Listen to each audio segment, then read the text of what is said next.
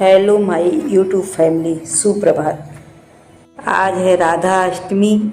राधा अष्टमी की आप सभी लोगों को ढेरों शुभकामनाएं। भादो मास के शुक्ल पक्ष की अष्टमी तिथि को राधा अष्टमी का पर्व मनाया जाता है। यह दिन श्री कृष्ण के परम प्रेयसी व भक्ति स्वरूपा श्री राधा जी के प्रकट होने का दिन माना जाता है। फ्रेंड, राधा अष्टमी पर एक छोटा सा कहानी मैं आपको सुना रही हूँ।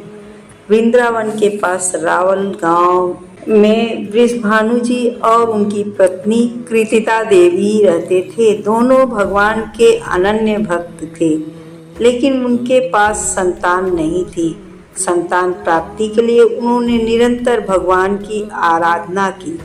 एक दिन वृषभानु जी ने यमुना के किनारे पवित्र स्थान बरसाना में तपस्या की। उसी समय एक दिव्य प्रकाश प्रकट हुआ और आकाशवाणी हुई, हे वृषभानु, तुम्हें एक दिव्य कन्या प्राप्त होगी जो समस्त जगत की पूज्य होगी और भगवान श्री कृष्ण की लीला में प्रमुख स्थान पाएगी।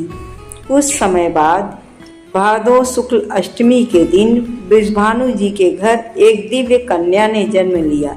जब कन्या का जन्म हुआ तो वह अपनी आंखें बंद किए रही। वृषभानु जी और कृतिका देवी को थोड़ी चिंता हुई।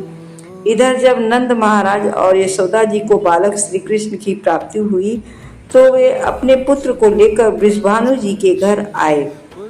तभी बालक श्री कृष्ण ने अपनी दिव्य दृष्टि से राधा जी की ओर देखा और उसी क्षण राधा जी ने अपनी आंखें खोल दी। सबने इसे एक अद्भुत चमत्कार माना और जान लिया कि राधा और कृष्ण एक दूसरे के बिना अपूर्ण हैं। तभी से राधा जी को भक्ति, प्रेम और शक्ति की स्वरूपा माना जाता है। राधा अष्टमी को विधि पूर्वक व्रत और पूजन करने के बहुत ढेर सारे लाभ हैं, इसलिए इसका महत्व बहुत ही अधिक है। राधा जी को भगवान श्री कृष्ण की शक्ति और उनके प्रेम का आधार माना जाता है। राधा अष्टमी के दिन उपवास, व्रत और पूजा करने से सच्चे प्रेम, भक्ति और सौभाग्य की प्राप्ति होती है।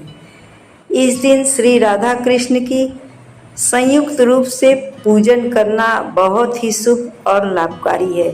घर में सुख शांति बनी रहती है। बोलिए राधे रानी सरकार की जय।